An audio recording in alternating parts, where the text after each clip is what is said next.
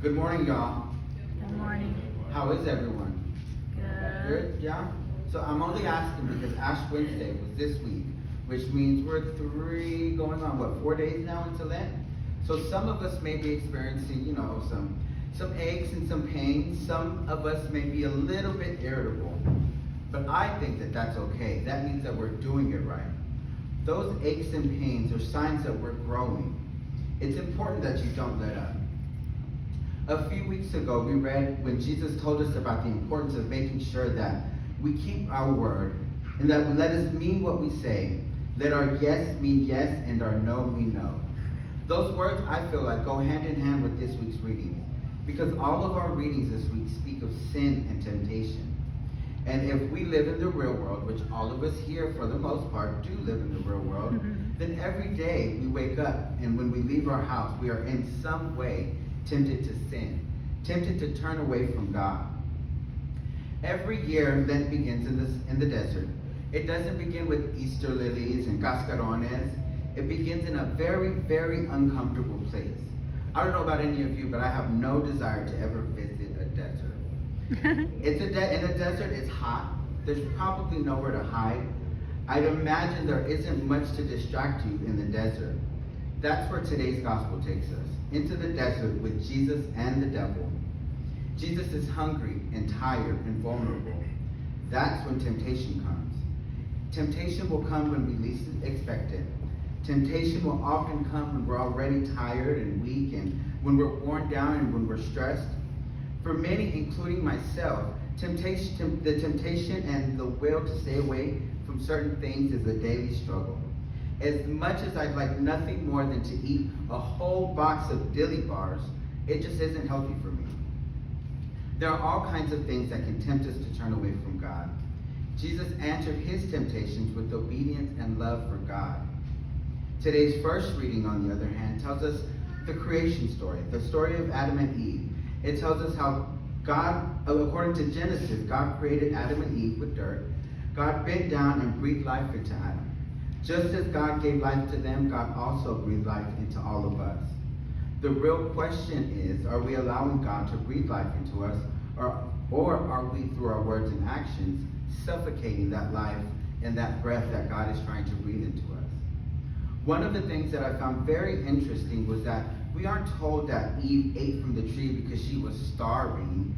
No, I think that she ate from the tree because she was a little curious. It's almost like a kid. You tell them you can't have something, and they're good until you tell them they can't have something. Then all of a sudden, they're curious. Eve just knew that if she ate from that particular tree, then she would gain knowledge and wisdom. Now, I can't lie to you. If you put a plate of tacos in front of me and tell me that if I ate said tacos, it would make me 10 pounds lighter and a lot wiser, I just might go the way of Eve as well. Fighting sin and temptation is a tale as old as time. Yet we as humans still haven't figured out the answers as to how to fight sin and temptation. If anything, with technology, it adds another challenge to that fight. The serpent and the devil in today's readings had one thing in common, and that was the fact that they both played mind tricks. They both found a way to sow doubt and confusion. We have on one hand Eve, who fell for it hook, line, and sinker.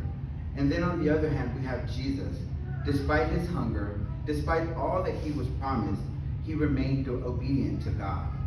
While he was being tested, Jesus answered every challenge with the word of God. Because Jesus was sure of who he was.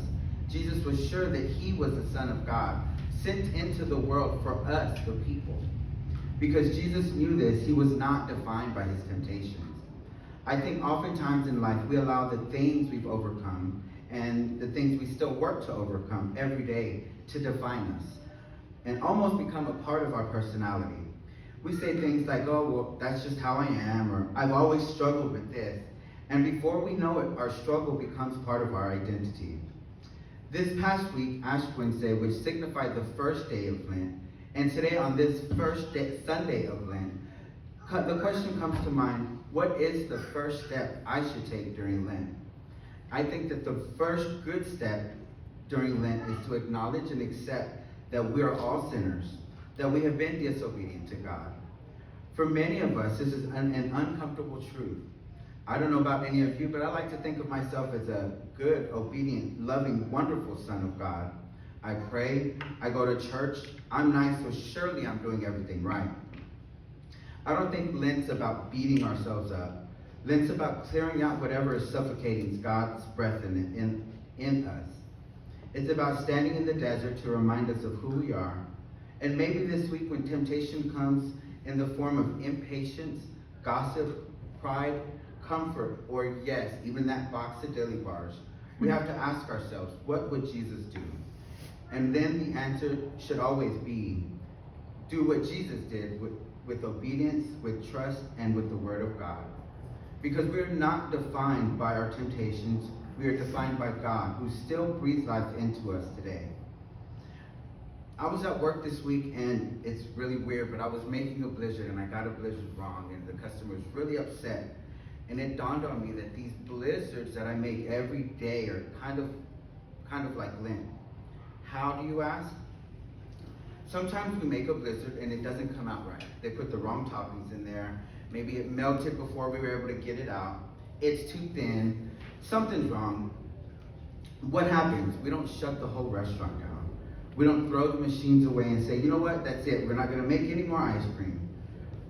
No, we remake it because at the end of the day, it's still ice cream. And it has everything that it needs to still be a blizzard. All we have to do is remake the blizzard.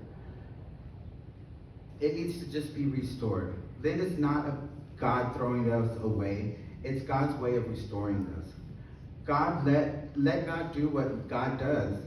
Let God clear out what's suffocating us. Let God remind us of who we are, and let God remake what feels melted away in our lives.